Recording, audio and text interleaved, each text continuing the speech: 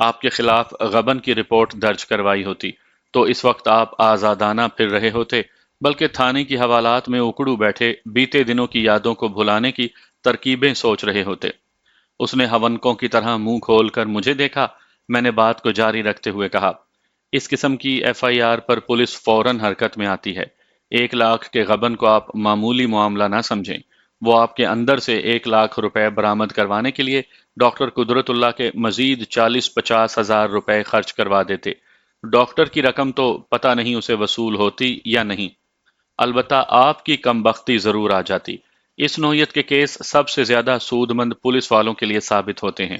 مجھے 100% امید ہے ڈاکٹر نے آپ کے خلاف کسی قسم کی رپورٹ درج نہیں کروائی، اس لیے آپ مطمئن ہو کر جا سکتے ہیں۔ سریا نے تشویش بھرے لہجے میں کہا، بیگ صاحب، اگر ابھی تک فیاض کے خلاف غبن کی ایف آئی آر نہیں کٹوائی گئی تو اس کا یہ مطلب تو نہیں کہ آئندہ بھی نہیں کٹوائی جائے گی۔ ڈاکٹر کے دل میں کسی بھی وقت انتقامی کارروائی کا خیال آ سکتا ہے۔ جان بچانا تو ہر انسان کا فرض ہے، ہم حفظ ما تقدم کے طور پر تو قانونی چارہ جوئی کر سکتے ہیں نا؟ بالکل کر سکتے ہیں، میں نے تسلی آمیز لہجے میں کہا۔ آپ کل صبح عدالت میں آ کر مجھ سے مل لیں، میں آپ کا مسئلہ حل کر دوں گا۔ پھر میں نے اسے متعلقہ عدالت کے بارے میں بتانے کے بعد دیگر اہم امور سے بھی آگاہ کر دیا۔ تھوڑی دیر کے بعد وہ دونوں مطمئن ہو کر میرے دفتر سے رخصت ہو گئے۔ اگلے روز ان میں سے کوئی بھی مجھ سے ملنے نہیں آیا۔ میں نے بھی ان کا زیادہ انتظار نہیں کیا اور اپنی عدالتی مصروفیات میں لگ گیا۔ فیاض گزشتہ روز جتنا خوف زدہ نظر آ رہا تھا، اس کا تقاضا یہی تھا کہ وہ میرے بتائے ہوئے وقت پر مجھ سے ضرور ملتا۔ ویسے میں نے ایک ہی ملاقات میں بخوبی اندازہ لگا لیا تھا، فیاض کے ہاتھ بھی صاف نہیں تھے۔ وہ 3 سال سے ڈاکٹر قدرت اللہ کے ہمراز پولی کلینک میں کام کر رہا تھا۔ وہ اتنا ہی بے وقوف یا بچہ نہیں تھا کہ اسے وہاں ہونے والے شرطیہ علاج کی حقیقت معلوم نہ ہو۔ وہ ضرور جانتا تھا کہ ڈاکٹر قدرت اللہ لوگوں کو الو بنا کر لمبی چوڑی رقمیں بٹورتا ہے۔ فراڈ کے کسی پروجیکٹ میں معاونت کرنا فراڈ کرنے کے مترادف ہے۔ اس حوالے سے قدرت اللہ نے بھی سمجھداری کا ثبوت دیا تھا اور فی الفور فیاض کے خلاف رپورٹ درج نہ کروا کر اپنی بچت کا سامان کیا تھا۔ اسے یہ بات اچھی طرح معلوم ہوگی کہ پولیس والوں کے سامنے اگر اس کے خلاف فیاض کی زبان کھل گئی تو خود اسے لینے کے دینے پڑ جاتے۔ پولیس والے ایسی پارٹیوں کی تلاش میں رہتے ہیں جو مستقبل قریب میں ان کی مستقل آمدنی کا ذریعہ بن سکیں۔ فراڈ اور چیٹنگ کے اکثر دھندے پولیس کی سرپرستی میں پنپتے اور پھولتے پھلتے ہیں۔ میں اسی نتیجے پر پہنچا کہ فیاض اور قدرت اللہ میں کوئی سیٹنگ ہو گئی ہوگی۔ تیسرے روز میں عدالت سے فارغ ہو کر اپنے دفتر میں پہنچا تو ویٹنگ روم میں سریا کو دیکھ کر چونک اٹھا۔ اس نے سر کی ہلکی سی جنبش سے مجھے سلام کیا۔ میں نے اس کے سلام کا اشاراتی جواب دیا اور اپنے چیمبر میں داخل ہو گیا۔ سریا اس وقت مجھے خاصی متفکر اور گھبرائی ہوئی نظر آئی تھی۔ تھوڑی ہی دیر میں میری سیکرٹری نے انٹر کام پر بتایا، سر، سریا صاحبہ کافی دیر سے آپ کے انتظار میں ہیں، کیا میں انہیں آپ کے پاس بھیج دوں؟ جب میں نے دفتر میں قدم رکھا تو انتظار گاہ میں سریا کے علاوہ بھی 3-4 کلائنٹس موجود تھے۔ اس بات کو ذہن میں رکھتے ہوئے میں نے اپنی سیکرٹری سے استفسار کیا، سریا صاحبہ کو ان کی باری پر اندر بھیجا جا رہا ہے یا ان کے بیتابی کے پیش نظر؟ سر، پہلا نمبر انہی کا ہے، سیکرٹری نے جلدی سے کہا۔ ٹھیک ہے، سریا صاحبہ کو میرے پاس بھیج دو۔ بعض اوقات یہ بھی ہوتا تھا کہ فیمیل یعنی خواتین کلائنٹس میری سیکرٹری کو اپنی کسی مجبوری کی کہانی سنا کر کچھ رعایت حاصل کر لیتی تھیں۔ سیکرٹری ان کی دکھ بھری داستان سے اتنی متاثر ہو جاتی کہ کلائنٹس کے نمبروں کی ترتیب میں کچھ گڑبڑ کر کے مذکورہ کلائنٹ کو پہلے ملاقات کا موقع فراہم کر دیتی۔ میں نے اپنے کلائنٹس کی اکا دکا اس نوعیت کی شکایات پر سیکرٹری سے باز پرس کی تھی، تاہم میں جانتا تھا کہ میری سیکرٹری کا وہ فعل انسانی نفسیات کے عین مطابق تھا، لہٰذا اس سلسلے میں میں نے کبھی زیادہ سختی نہیں کی۔ سریا نے میرے چیمبر میں داخل ہو کر ہراساں لہجے میں بتایا، بیگ صاحب، غضب ہو گیا، فیاض کو پولیس نے اپنی تحویل میں لے لیا ہے۔ گھبراہٹ اور پریشانی میں وہ بیٹھنا بھول گئی تھی۔ میں نے تسلی آمیز لہجے میں کہا، آپ تشریف رکھیں اور تحمل سے مجھے ساری بات بتائیں۔ وہ اضطراری انداز میں ایک کرسی کھینچ کر بیٹھ گئی۔ میں نے اس کی کیفیت کا جائزہ لیتے ہوئے کہا، اس روز میں نے عدالت میں آپ لوگوں کا بہت انتظار کیا، ہم ایک اور چکر میں پھنس گئے تھے۔ وہ سرسری انداز میں بولی۔ میں نے کہا، فیاض کو پولیس نے کب گرفتار کیا؟ کل رات 10 بجے، وہ بکھرے ہوئے لہجے میں بولی۔ اگر آپ لوگ اس روز عدالت آ کر مجھ سے مل لیتے تو پھر یہ صورتحال پیش نہ آتی۔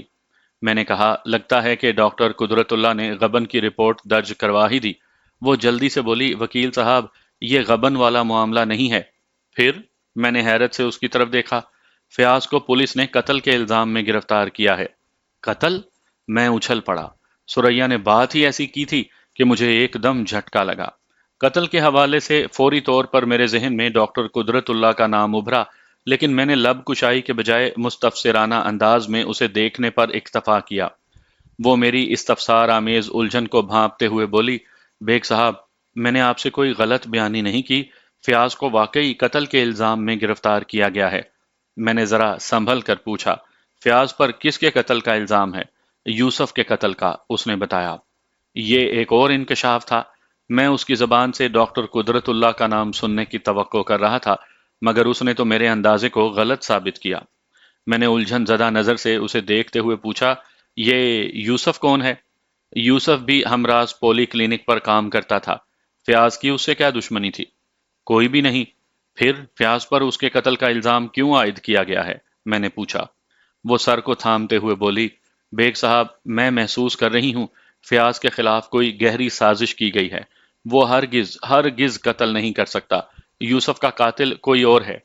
وہ ایک لمحے کو سانس درست کرنے کے لیے رکی، پھر روحاں سے انداز میں بات جاری رکھتے ہوئے بولی یہ ٹھیک ہے کہ آج کل فیاض یوسف سے سخت ناراض تھا، لیکن وہ اس کی جان نہیں لے سکتا۔ یہ تو مجھے کوئی اور ہی ڈرامہ معلوم ہوتا ہے۔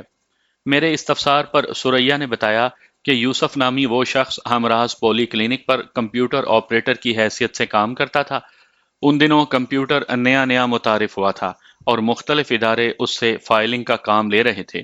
ڈاکٹر قدرت اللہ خود کو ترقی یافتہ ثابت کرنے کے لیے اپنے مریضوں کے ریکارڈ کو کمپیوٹرائز کرنے کی مہم میں لگا ہوا تھا۔ دنیا پتہ نہیں کہاں سے کہاں پہنچ گئی، مگر ہمارے ملک کے اکثر ادارے آج بھی کمپیوٹر کو ایک ریکارڈ رجسٹر کے طور پر استعمال کر رہے ہیں، اور یہ بھی بخوبی جانتے ہیں کہ اگر کمپیوٹر کا یہی استعمال ہے تو اس سے بدرجہ وہ رجسٹر محفوظ تھے جو ہاتھ سے لکھے جاتے تھے۔ میں نے اس کی فروئی باتوں کو نظر انداز کرتے ہوئے پوچھا فیاض مقتول سے سخت ناراض کیوں تھا؟ اس کا خیال ہے یوسف نے اس کے خلاف ڈاکٹر قدرت اللہ کے کان بھرے ہیں۔ ان دنوں یوسف ڈاکٹر کے بہت قریب ہو گیا تھا اور فیاض سے بات بات پر الجھ پڑتا تھا۔ حالانکہ یوسف کو اس کلینک میں لانے والا فیاض ہی تھا، لیکن وہ احسان فراموش ثابت ہوا، اور جیسے ہی اسے ڈاکٹر قدرت اللہ کی قربت میسر آئی اس نے آنکھیں ہی بدل لیں۔ آئے دن ان میں تلخ کلامی ہوتی رہتی تھی۔ میں نے رف پیڈ پر اہم نکات نوٹ کرتے ہوئے کہا گویا اسی تلخ کلامی کو بنیاد بنا کر پولیس نے فیاض کو گرفتار کیا ہے۔ یہ تلخ کلامی تو اپنی جگہ تھی ہی۔ وہ افسوسناک انداز میں گردن جھٹکتے ہوئے بولی فیاض کی ایک جذباتی غلطی نے اس کی گردن پھنسائی ہے۔ جذباتی غلطی؟ میں نے سوالیہ انداز میں اس کے الفاظ دہرائے۔ اس نے بتایا ہاں بیگ صاحب، فیاض نے جوش جذبات میں آ کر ایک حماقت کر ڈالی تھی جو اس کی مصیبت کا باعث بن گئی۔ وہ تھوڑے توقف کے بعد دوبارہ گویا ہوئی۔ جب ڈاکٹر قدرت اللہ نے فیاض کو نوکری سے نکالا تو ڈاکٹر کے کمرے سے نکلنے کے بعد اس نے دیگر اسٹاف کے سامنے خاصا واویلا مچایا تھا، اور خاص طور پر یوسف کو مخاطب کرتے ہوئے کہا تھا کہ وہ اسے زندہ نہیں چھوڑے گا۔ یوسف کی سازش کی وجہ سے اس کی نوکری گئی ہے۔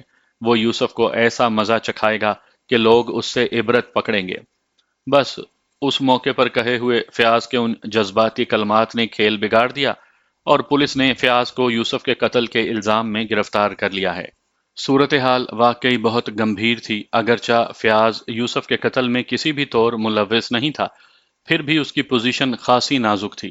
میں نے قدر خفگی آمیز لہجے میں سریا سے کہا آپ لوگوں نے پہلی ملاقات میں اس دھمکی کے بارے میں مجھے کیوں نہیں بتایا تھا؟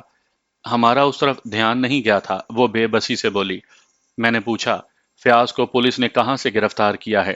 ہمارے گھر سے کل رات 10 بجے، اس نے بتایا۔ گلشن اقبال میں ہمارا ایک چھوٹا سا بنگلہ ہے۔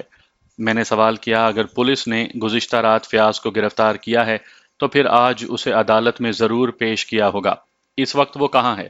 آپ بالکل ٹھیک کہہ رہے ہیں بیگ صاحب، وہ تھوک نگلتے ہوئے بولی۔ پولیس نے آج صبح فیاض کو عدالت میں پیش کر کے 7 روز کا ریمانڈ لے لیا ہے۔ اس وقت تھانے میں پولیس کی تحویل میں ہے۔ پھر اس نے مجھے متعلقہ تھانے کا نام بتایا۔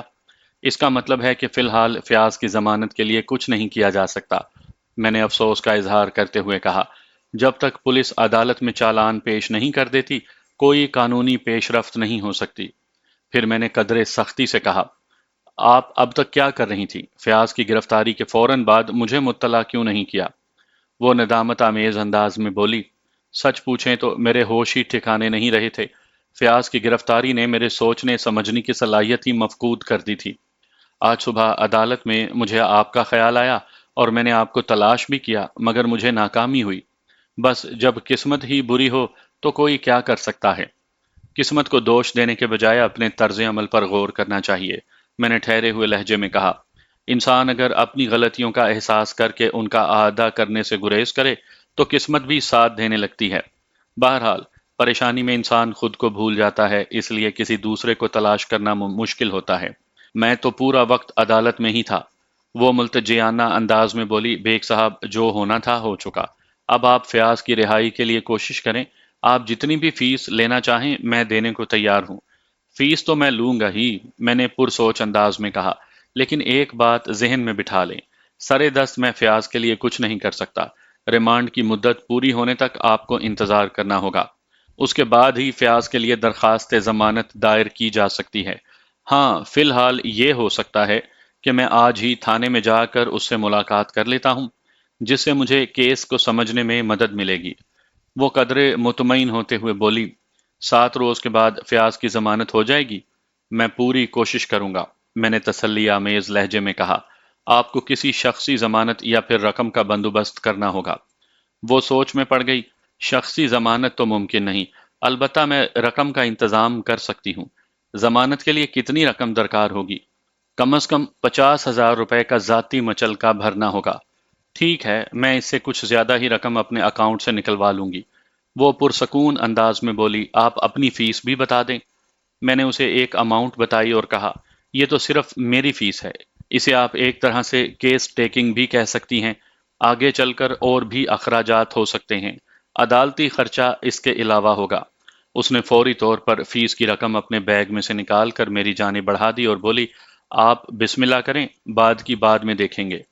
میں نے فوراً فیس کی وصولی کی رسید کاٹ کر اس کے حوالے کر دی۔ اس نے رسید کا جائزہ لیا اور اسے اپنے بیگ میں رکھ لیا۔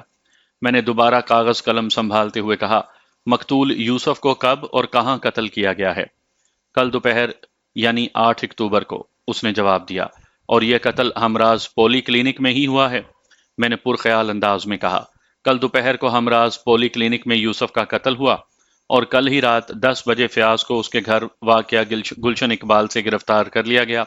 کیا آپ بتا سکتی ہیں کہ کل دوپہر سے رات 10 بجے تک کا وقت اس نے کہاں گزارا تھا؟ وہ کل رات 8 بجے گھر آیا تھا، سریا نے بتایا۔ 8 سے 10 بجے تک وہ گھر میں میری نظروں کے سامنے رہا۔ 8 سے پہلے کے وقت کے بارے میں کچھ نہیں کہہ سکتی۔ آپ فیاض سے ملاقات کرنے جائیں گے تو اسی سے پوچھ لیجئے گا۔ اوکے، میں نے ٹھہرے ہوئے لہجے میں کہا، پھر پوچھا، اگر آپ میرے ساتھ تھانے جانا چاہتی ہیں تو اس کے لیے آپ کو 3-4 گھنٹے انتظار کرنا ہوگا۔ میں دفتر سے فارغ ہونے کے بعد ہی اس طرف جاؤں گا۔ کیا آپ کے ساتھ میرا جانا بہت ضروری ہے؟ قطعاً ضروری نہیں، میں نے صاف گوئی سے کام لیتے ہوئے کہا۔ آپ نے متعلقہ تھانے کے بارے میں مجھے بتا دیا ہے، بس اتنا ہی کافی ہے۔ وہ اطمینان بھری سانس خارج کرتے ہوئے بولی، تب میں فوراً گھر جانا چاہوں گی، بچے میرے انتظار میں پریشان ہو رہے ہوں گے۔ سریا نے مجھے بتایا کہ وہ 8 سالہ نبیل اور 12 سالہ عارفہ کو گھر چھوڑ کر آئی تھی۔ میں نے پہلی فرصت میں اسے رخصت کر دیا۔ ماں کی سب سے زیادہ ضرورت بچوں کو ہوتی ہے۔ ریمانڈ پر پولیس کی تحویل میں کسی ملزم سے ملاقات کو بارہا بیان کیا گیا ہے کہ اس کا طریقہ کار کم و بیش ایک سا ہی ہوتا ہے۔ خاص طور پر قتل کے ملزم کو پولیس کسٹڈی میں بہت سیکرٹ رکھا جاتا ہے۔ کسی وکیل کو اس سے ملنے کی اجازت ہرگز نہیں دی جاتی۔ چنانچہ شاطر وکلا کو مخصوص ہتھ کنڈے آزمانا پڑتے ہیں۔ جب گھی سیدھی انگلی سے نہ نکل رہا ہو تو انگلی کو ٹیڑھا کرنا ناگزیر ہو جاتا ہے۔ فیاض سے آدھے گھنٹے کی ملاقات میں مجھے جو معلومات حاصل ہوئیں میں یہاں ان کا خلاصہ بیان کروں گا۔ اس خلاصے میں واقعات کے تسلسل کو برقرار رکھنے کے لیے میں نے وہ حالات بھی شامل کر لیے ہیں جن کے بارے میں مجھے بعد میں پتہ چلا۔ اسی طرح کیس میں سسپنس اور دلچسپی کا عنصر بڑھانے کی خاطر میں نے چند باتیں دانستہ چھپا بھی لی ہیں تاکہ عدالتی کارروائی کے دوران میں مناسب موقع پر ان کا ذکر کے لطف کو دوبالا کیا جا سکے۔ ناول کے ان صفحات میں چھپنے والی میری ان کہانیوں کا صرف یہی مقصد نہیں کہ میں سامعین کو اپنے کارناموں سے آگاہ کروں، بلکہ میں نے سامعین کی تفریح تباہ کو ہمیشہ مقدم جانا ہے۔ اس کوشش میں کس حد تک کامیاب ہوں یہ تو آپ ہی بتا سکتے ہیں۔ اس مختصر سی وضاحت کے بعد میں اصل واقعے کی طرف آتا ہوں۔ ہمراز پولی کلینک شارع فیصل پر ایک ملٹی سٹوری بلڈنگ کے 8ویں فلور پر واقع تھا۔ اس کلینک کا کرتا دھرتا ڈاکٹر قدرت اللہ طویل عرصے سے دکھی انسانوں کے دکھوں میں بے دریغ اضافہ کرنے میں مصروف تھا۔ ایک طرف وہ کورسز کے نام پر بھاری رقوم وصول کر کے مریضوں اور ان کے لواحقین کو معاشی طور پر تباہ کرتا، تو دوسری جانب نہایت ہی سنجیدہ اور خطرناک امراض کا بے تکا علاج کر کے مریض کو موت کے منہ میں دھکیلنے میں ذرا بھی نہیں شرماتا تھا۔ فراڈ کے اس کاروبار نے اسے معاشی استحکام کے ساتھ ساتھ بے پناہ شہرت بھی دی تھی۔ کاروبار کے ساتھ ساتھ اس کی رہائش نے بھی بہت ترقی کی تھی۔ وہ لالو کھیت سے براستہ نازم آباد گلشن سفر کرتے ہوئے ڈیفینس سوسائٹی تک پہنچ گیا تھا، اور اس وقت اس کے کلائنٹ پاکستان سے باہر بھی کئی ملکوں میں موجود تھے۔ ایمانداری اور بے ایمانی کے کام میں یہی بنیادی فرق ہے۔ نہایت ہی دیانتداری سے اور خلوص نیت سے کسی کام کو شروع کر کے کامیاب کروانے اور اپنا سکہ بٹھانے کے لیے خود کو منوانا پڑتا ہے، یعنی عوام کو 100% نتائج دینا پڑتے ہیں، تب کہیں جا کر کاروبار چلتا ہے۔ جبکہ فراڈ بزنس کے لیے بلند و بانگ دعوے اور بھرپور پبلسٹی ہی کافی ہوتی ہے۔ عوام بھیڑ چال کے عادی ہیں اور خوشنما اشتہار بازی میں خوب پھنستے ہیں۔ اسی طلسمی ٹرانس میں نتائج کی کوئی پرواہ نہیں کرتا۔ ڈاکٹر قدرت اللہ کے علاج سے موذی امراض میں مبتلا کتنے افراد صحت یاب ہوئے تھے، کوئی نہیں جانتا، اور نہ ہی جاننے کی ضرورت محسوس کرتا ہے۔ ڈاکٹر قدرت اللہ کے اشتہار نما کالم اور انٹرویوز اکثر اخبارات کی زینت بنتے اور نئے نئے ضرورت مندوں کو اپنی جانب متوجہ کر لیتے۔ یہی اس کی کامیابی کا راز تھا۔ شاید اسی لیے اس نے اپنے دھندے کو ہمراز پولی کلینک کا نام دیا تھا۔ میرا موکل اور اس مقدمے کا ملزم فیاض لگ بھگ 3 سال تک اس کلینک میں کام کرتا رہا۔ اب میں ڈاکٹر قدرت اللہ کو پسے پشت ڈال کر فیاض اور یوسف کی طرف آتا ہوں۔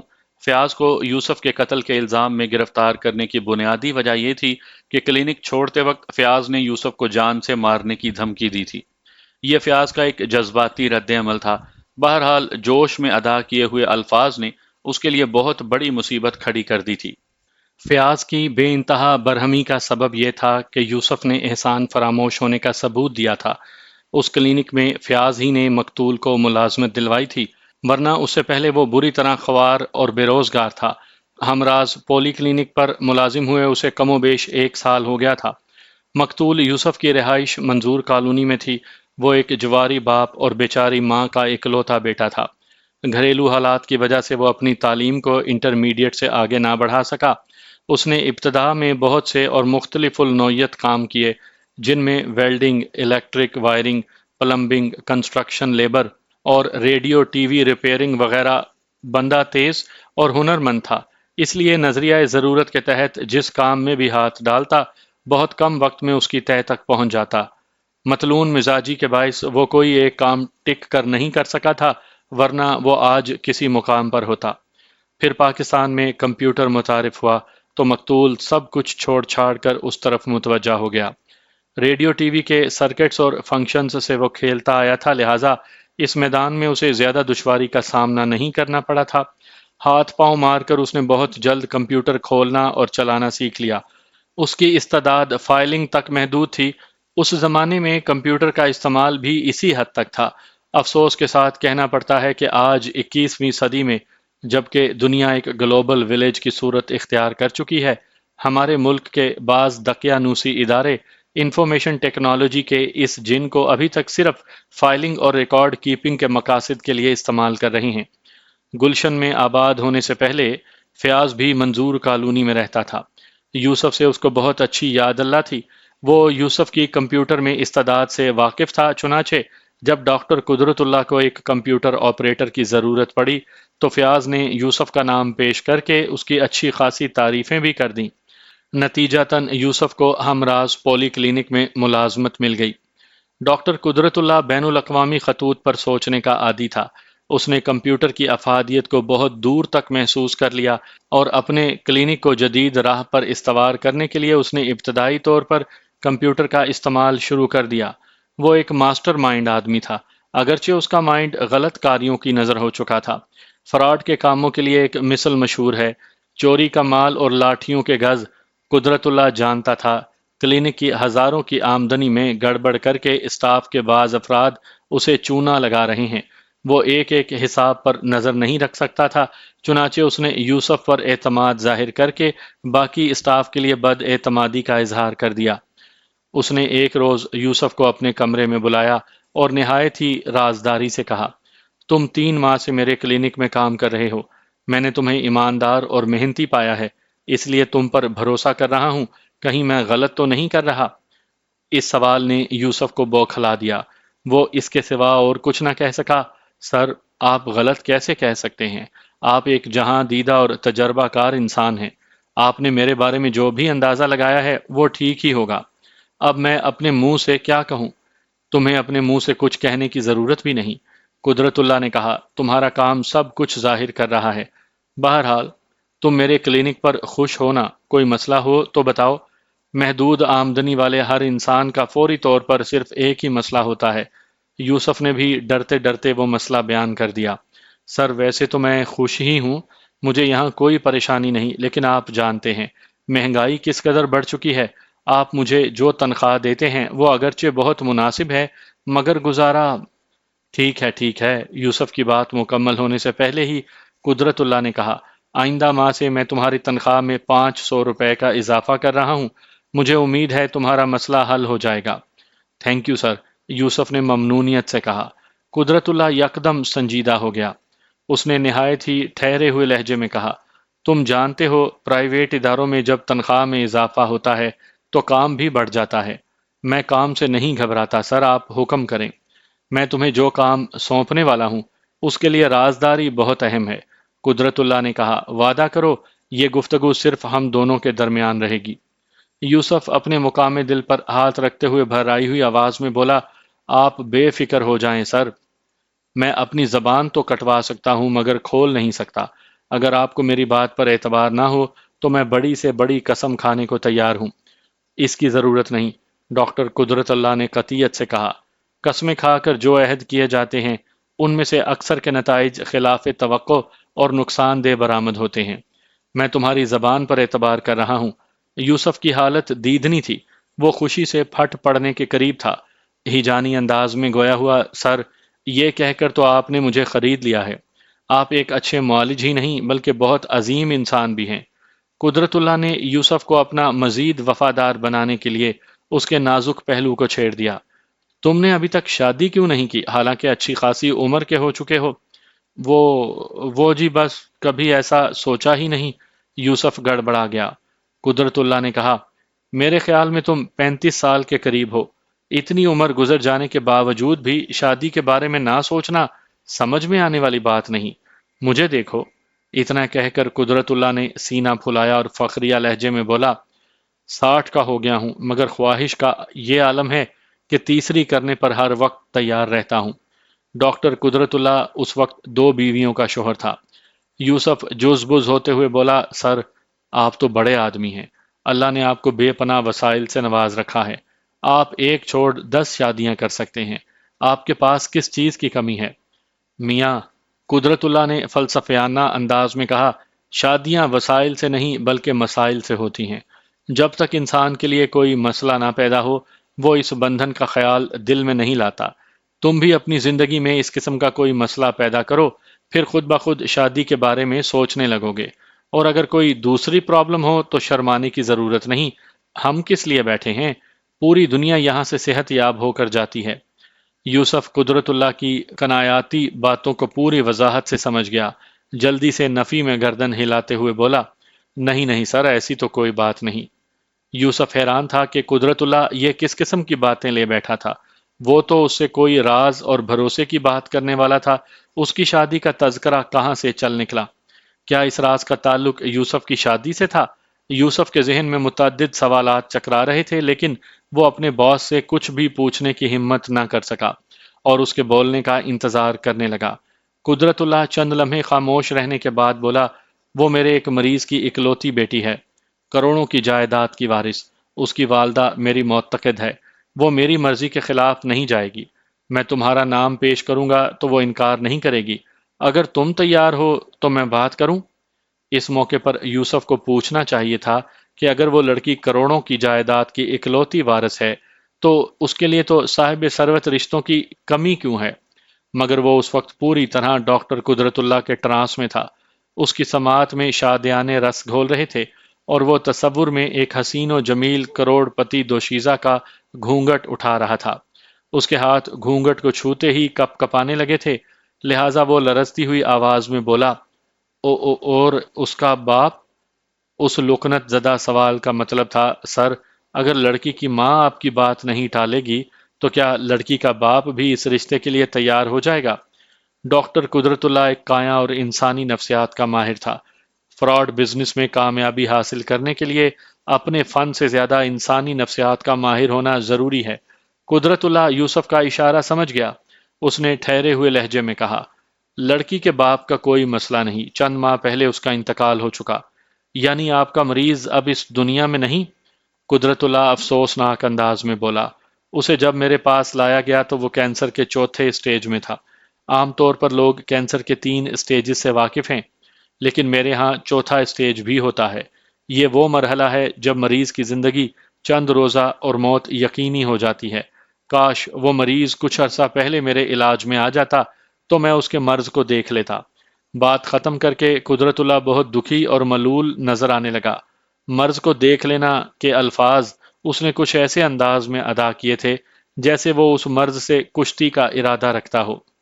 ان کے درمیان تھوڑی دیر گمبھیر خاموشی حائل رہی، پھر قدرت اللہ نے سوالیہ نظر سے یوسف کو دیکھا۔ پتہ نہیں قدرت اللہ کے ذہن میں اس وقت کون سا سوال تھا۔ جس طرح بھوکے شخص کو چاند بھی روٹی نظر آتا ہے، اسی حساب سے یوسف نے قدرت اللہ کے سوالیہ انداز سے اپنی مرضی کا سوال اخذ کر لیا اور بے تابی سے بولا، میں تیار ہوں سر، اس شادی کے لیے بالکل تیار ہوں۔ پتہ نہیں قدرت اللہ نے اس شادی کے حوالے سے کیا سوچ رکھا تھا۔ بہرحال یوسف پوری طرح اس کی مٹھی میں آ چکا تھا۔ اس سے وفاداری کی امید رکھی جا سکتی تھی۔ شادی کے ذکر کو بڑی خوبصورتی سے سمیٹتے ہوئے وہ اصل موضوع کی طرف آ گیا۔ میں نے تمہیں ایک نئی ذمہ داری سونپنے کی بات کی تھی، اس نے کہا۔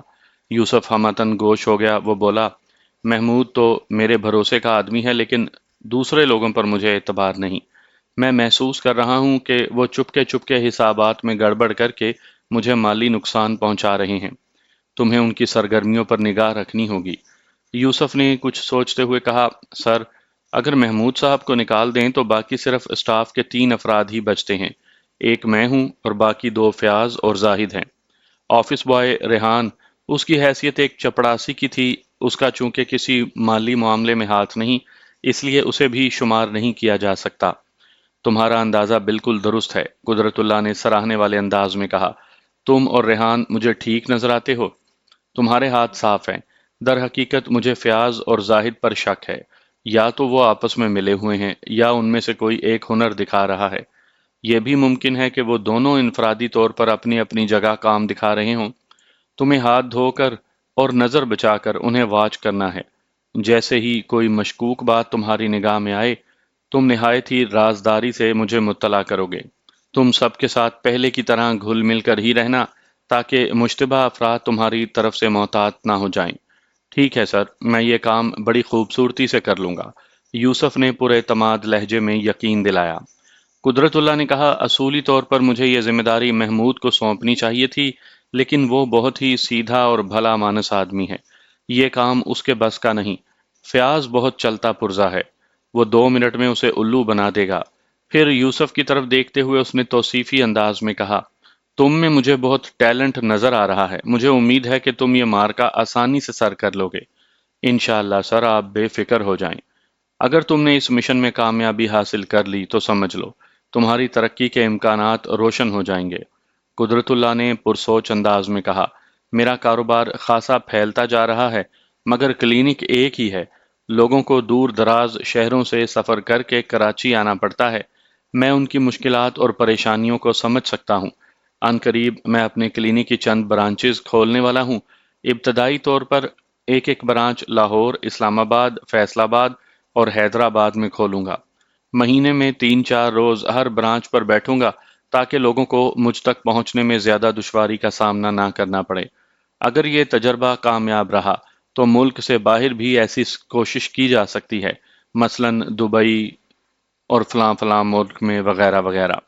یوسف پوری توجہ اور خاموشی سے ڈاکٹر قدرت اللہ کی خوش آئند باتیں سن رہا تھا۔ ڈاکٹر نے بات کو آگے بڑھاتے ہوئے کہا، ہر برانچ کے لیے مجھے اسٹاف کی ضرورت تو ہوگی۔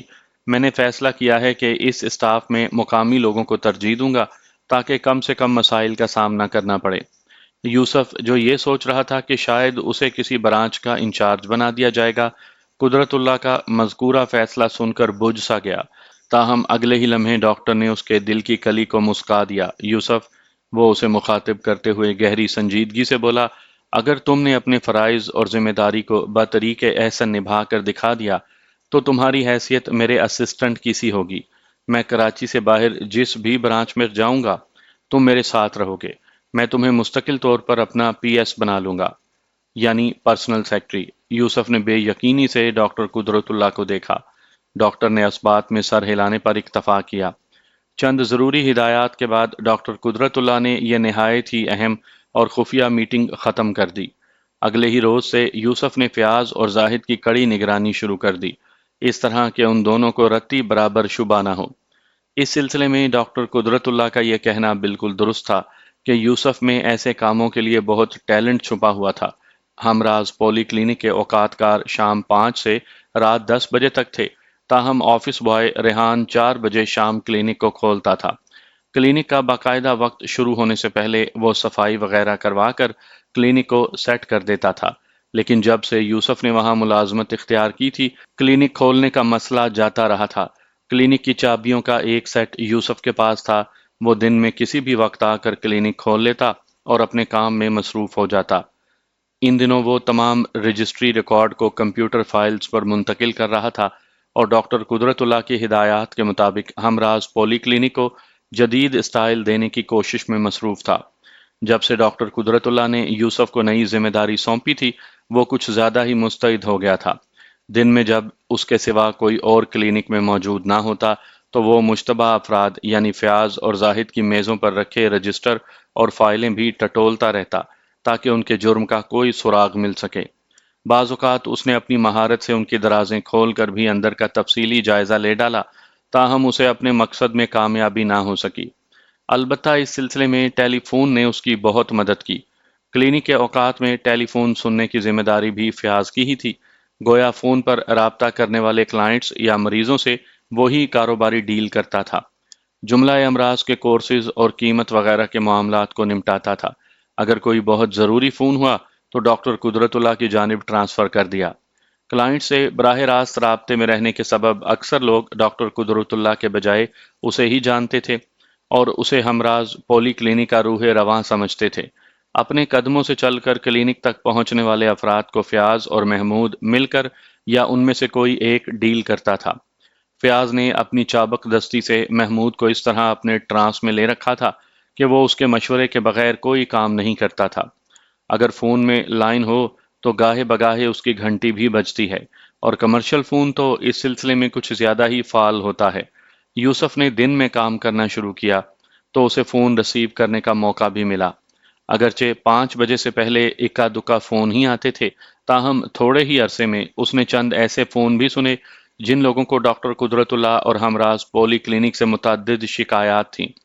یوسف نے پہلی فرصت میں ڈاکٹر قدرت اللہ کو رپورٹ پیش کی، اور جب باریک بینی سے ان شکایات کا تجزیہ کیا گیا تو قصوروار سراسر فیاض ہی نظر آیا۔ کسی مریض سے رقم تو وصول کر لی گئی تھی مگر اسے کورس روانہ نہیں کیا گیا۔ کسی مریض سے 2 گنا 3 گنا رقم وصول کی گئی۔ اسی نوعیت کے اور بھی کئی کیس تھے۔ اسی طرح غیر ممالک میں بسنے والوں سے بھی ہیر پھیر کیا گیا تھا۔ یوسف فیاض کے خلاف اپنے اس کارنامے پر بہت خوش و خرم تھا۔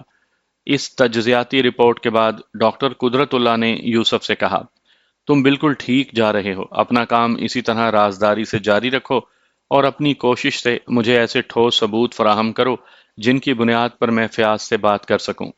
سر آپ بے فکر ہو جائیں، میں چند یوم میں آپ کو ایسے ثبوت فراہم کر دوں گا۔ ویری گڈ، قدرت اللہ نے گمبھیر آواز میں کہا، تم اپنا کام مکمل کر لو، پھر میں فیاض سے نمٹ لوں گا۔ اس کے بعد یوسف زیادہ تندہی سے فیاض کے پیچھے پڑ گیا اور اس کے جرائم کا ریکارڈ مرتب کرنے میں مصروف ہو گیا۔ اگرچہ یوسف نے اس سلسلے میں بہت احتیاط سے کام لیا تھا، لیکن فیاض کی نظر سے اس کی سرگرمیاں مکمل طور پر پوشیدہ نہیں رہ سکیں۔ فیاض نے بڑا ہی سرایت انگیز دماغ پایا تھا۔ ایک روز مناسب موقع دیکھتے ہوئے اس نے یوسف کو گھیر لیا۔ تم آج کل کس قسم کی سرگرمیوں میں پڑے ہوئے ہو؟ فیاض نے چبھتے ہوئے لہجے میں استفسار کیا۔ میں کیا کر رہا ہوں گرو؟ یوسف بوکھلا گیا۔ فیاض نے متعدد مواقع پر یوسف کی اخلاقی اور معاشی و معاشرتی مدد کی تھی، اس لیے بھی وہ فیاض کو گرو کہا کرتا۔ پھر اس کلینک پر بھی فیاض ہی نے اسے سیٹ کروایا تھا، اس وجہ سے بھی فیاض اس کی طرف سے خاصا خفا تھا۔ یوسف کی تازہ ترین مصروفیات کے سبب فیاض نے معنی خیز انداز میں کہا، تم اچھی طرح جانتے ہو میرا اشارہ کس طرف ہے۔ گرو مذاق نہیں کرو، یوسف نے ہنسی کھیل میں بات ٹالنا چاہی۔ میں نہایت سنجیدگی سے کہہ رہا ہوں یوسف، فیاض نے کہا، تم جو کچھ بھی کر رہے ہو اچھا نہیں کر رہے۔ یوسف نے بے تکلفی سے فیاض کے کندھے پر اپنا بازو رکھتے ہوئے کہا، گرو خواہ کے وہم میں نہ پڑو، میں اپنے کام سے کام رکھنے والا آدمی ہوں، یہ بات تو تم بھی جانتے ہو۔ ہاں جانتا ہوں، فیاض نے پرسوچ انداز میں سر ہلایا، مگر آج کل تم اپنے کام سے کام نہیں رکھ رہے ہو۔ ڈاکٹر صاحب کے پاس تمہارا کچھ زیادہ ہی آنا جانا شروع ہو گیا ہے، یہاں تو تم کمرے میں گھسے ہی رہتے ہو، مجھے معلوم ہوا ہے کہ تم آج کل ان کے گھر پر بھی جانے لگے ہو۔ تمہیں یہ کس نے بتایا ہے گرو؟ میرے معلومات حاصل کرنے کے اپنے ذرائع ہیں، اگر میں تمہاری ان معلومات کی نفی کر دوں تو میں سمجھوں گا کہ تم بڑی دیدہ دلیری سے جھوٹ بول رہے ہو۔ فرض کیا میں ڈاکٹر صاحب کے گھر جاتا ہوں، اس سے تم کیا نتیجہ اخذ کر رہے ہو؟ میں فرض نہیں کر سکتا، فیاض نے قطعیت سے کہا۔ مجھے پورا یقین ہے تم ہفتے میں ایک آدھ مرتبہ ڈاکٹر صاحب کے گھر ضرور جاتے ہو۔ میری معلومات ناقص یا غلط نہیں ہو سکتی۔ اور وہ ایک لمحے کو سانس لینے کی خاطر رکا، پھر بات کو آگے بڑھاتے ہوئے بولا، میں تمہاری ان حرکتوں سے یہ نتیجہ اخذ کرنے پر مجبور ہوں کہ تم میرے خلاف کسی ساز باز میں مصروف ہو۔ یوسف نے ایک بلند آہنگ کہا لگایا اور بولا، یار گرو، کبھی کبھی تم بڑی ہی مضحکہ خیز بات کر جاتے ہو۔ مجھے تمہاری سوچ پر بہت زور کی ہنسی آ رہی ہے۔ میں اور تمہارے خلاف کوئی سازش کروں گا؟ یار اتنا بڑا الزام لگانے سے پہلے کچھ سوچ تو لیا ہوتا۔ یہ الزام نہیں، حقیقت ہے یوسف۔ فیاض کی سنجیدگی میں کوئی کمی نہ آئی۔ یوسف بھی یکدم سنجیدہ نظر آنے لگا۔ اس نے ایک نیا داؤ آزمانے کے بارے میں سوچ لیا۔ وہ بھرائی ہوئی آواز میں بولا، تم مجبور کرتے ہو تو بتا دیتا ہوں، ورنہ ڈاکٹر صاحب نے اس سلسلے میں لب کشائی سے مجھے منع کر رکھا ہے۔ میں نہیں چاہتا کہ میری طرف سے تم کسی بدگمانی کا شکار ہو، اس لیے ڈاکٹر صاحب سے کیے ہوئے عہد کو توڑتے ہوئے میں تمہیں سب کچھ بتا رہا ہوں۔ وعدہ کرو یہ باتیں صرف تم تک رہیں گی۔ یوسف نے ایسے مبہم انداز میں بات کی تھی کہ فیاض متذبذب نظر سے اسے دیکھنے لگا اور تھوڑی دیر کے بعد بولا، کہیں تو مجھے بے وقوف بنانے کے لیے الٹی سیدھی کہانی تو نہیں سنانے والے؟ گرو تم بھی عجیب باتیں کرتے ہو، یوسف نے شکایتی لہجے میں کہا۔ میں نے تمہیں گرو بنایا ہے، بے وقوف بنانے کی جسارت کیسے کر سکتا ہوں؟ میں تمہیں کوئی الٹی سیدھی نہیں بلکہ 100% سچی کہانی سنانے والا ہوں۔ ٹھیک ہے سناؤ، پہلے وعدہ کرو ڈاکٹر صاحب سے اس کا ذکر نہیں کرو گے۔ اگر اس میں مجھے نقصان پہنچنے والی کوئی بات نہ ہوئی تو میں خاموش رہوں گا۔ آئندہ 10 منٹ میں نہایت رازداری کے ساتھ یوسف نے فیاض کو بتایا کہ ڈاکٹر قدرت اللہ کسی مالدار حسینہ سے اس کی شادی کروانے والا تھا۔ یوسف کی ڈاکٹر سے ہونے والی مختلف میٹنگز اسی سلسلے کی کڑیاں تھیں۔ یوسف نے یہ انکشاف کرتے ہوئے اس بات کا خیال رکھا تھا کہ اس کی پکڑ کہیں نہ ہو، تاکہ آئندہ کبھی قدرت اللہ کو اس بارے میں کچھ معلوم ہو تو وہ اس سے باز پرس نہ کر سکے۔ پوری بات سننے کے بعد فیاض نے کہا، یار تم تو بہت لکی ہو۔ ایرا سا ہی صحیح کسی کروڑ پتی حسینہ کا رشتہ میرے سامنے آ جائے تو میں تو پہلی فرصت میں سریا سے نجات حاصل کر لوں گا۔ نجات سے تمہاری کیا مراد ہے گرو؟ یوسف نے معنی خیز نظروں سے اسے گھورا۔ وہ جلدی سے بولا، بدماش، تم جو سوچ رہے ہو وہ ہرگز نہیں ہے۔ میں طبعی طور پر اس کا کچھ نہیں بگاڑ سکتا، میرے ہاتھ تو اس کی کلائی کو دبوچنے سے بھی قاصر ہیں۔ سریا کا ٹیٹوا دبانے کا تو تصور بھی نہیں کیا جا سکتا۔ اس کا مطلب ہے تم نے اسے ٹھکانے لگانے کے لیے کوئی اور راہ نکالی ہے، یا وقت پڑنے پر ایسی کوئی راہ نکال سکتے ہو؟ ارے یار تم تو ہاتھ دھو کر میرے الفاظ پکڑنے میں لگ گئے ہو، فیاض نے زچ ہوتے ہوئے کہا۔ میں نے تو ایک بات یوں ہی کہہ دی تھی، اور وہ بھی اس حوالے سے کہ اگر کسی مالدار حسینہ کا رشتہ میرے سامنے آ جائے تو یوسف ایک آنکھ دباتے ہوئے بولا، اب سمجھا گرو، اگر ایسا کوئی رشتہ تمہیں آفر ہوتا تو تم سوریا بھابی کے ساتھ وہ سلوک کرو گے جو تم نے سوریا کو حاصل کرنے کے لیے نزت کے ساتھ کیا تھا۔ پھر وہ ایک لمحے کے توقف سے بولا، نزت بھابی ایک غریب عورت تھی اور سوریا ایک لاکھ پتی بیوہ۔ تم نے سوریا اور اس کی دولت و جائیداد کو حاصل کرنے کے لیے نزت کو طلاق دے کر سوریا سے شادی بنا ڈالی۔ اسی طرح اگر سوریا سے زیادہ مالدار رشتہ تمہارے سامنے آ گیا تو تم اسے طلاق دے کر نئی کو اپنا لو گے۔ کیا میں غلط کہہ رہا ہوں؟ فیاض کھسیانے انداز میں ہنسا اور سرزنش آمیز انداز میں بولا، تم بہت بدماش ہو یوسف۔ گرو، میں آپ ہی کا چیلا ہوں۔ یوسف بھی چوٹ سے باز نہ آیا۔ ان کے درمیان مزید کچھ دیر تک اسی نوعیت کی باتیں ہوتی رہیں۔ کسی زمانے میں فیاض بھی منظور کالونی میں رہتا تھا۔ وہ آپس میں گرو چیلا ہونے کے باوجود بھی خاصے بے تکلف تھے، اس لیے ہر قسم کی بات ڈسکس کر لیتے تھے۔ یوسف نے وقتی طور پر فیاض کو مطمئن تو کر دیا تھا، لیکن اب اسے زیادہ محتاط رہنے کی ضرورت تھی۔ آئندہ چند ماہ اس نے زیادہ احتیاط اور چابک دستی سے کام دکھایا اور فیاض کے خلاف وہ کچھ ایسے ٹھوس ثبوت حاصل کرنے میں کامیاب ہو گیا جن کی بنا پر ڈاکٹر قدرت اللہ نے فوری طور پر فیاض کو کلینک سے برطرف کر دیا۔ فیاض پر جو الزامات عائد کیے گئے تھے ان کی صفائی اور وضاحت میں اس نے بہت کچھ کہنا چاہا، مگر اس کی ایک نہ سنی گئی۔ خاص طور پر وہ محمود کی بے احتیاطی اور غائب دماغی کے بارے میں بہت کچھ کہنا چاہتا تھا۔ بہت سی رقوم کی انٹریز فیاض کے رجسٹر میں موجود تھیں، لیکن محمود کے رجسٹر میں ان کا اندراج نہیں ملتا تھا۔ فیاض کا موقف تھا، وہ مذکورہ تمام رقوم محمود کے حوالے کر چکا ہے، مگر محمود اس سے انکاری تھا۔ مجموعی طور پر فیاض کو غبن کے الزام میں نوکری سے نکال دیا گیا۔ فیاض نے اپنی برطرفی پر احتجاجاً جذبات میں آ کر بہت باتیں کی۔ یہ باتیں ڈاکٹر قدرت اللہ، محمود اور یوسف کے خلاف تھیں۔ یوسف کے لیے تو اس نے واشگاف الفاظ میں کہا تھا کہ میں اس شخص کی سازش کا شکار ہوا ہوں، اس لیے میں اسے زندہ نہیں چھوڑوں گا۔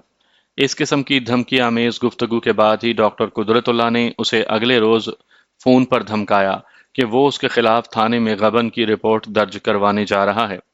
ڈاکٹر قدرت اللہ نے تو اس دھمکی پر عمل نہ کیا، البتہ جوش جذبات میں فیاض کے کہے ہوئے الفاظ اس کے لیے مصیبت کا باعث بن گئے۔ یوسف کے قتل پر پولیس نے فیاض کو گرفتار کر لیا۔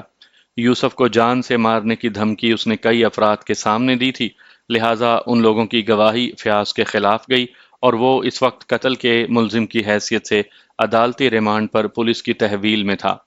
اس کے علاوہ بھی مختلف ذرائع سے مجھے چند باتیں معلوم ہوئیں جن کا ذکر عدالتی کارروائی کے دوران میں مناسب موقع پر آئے گا۔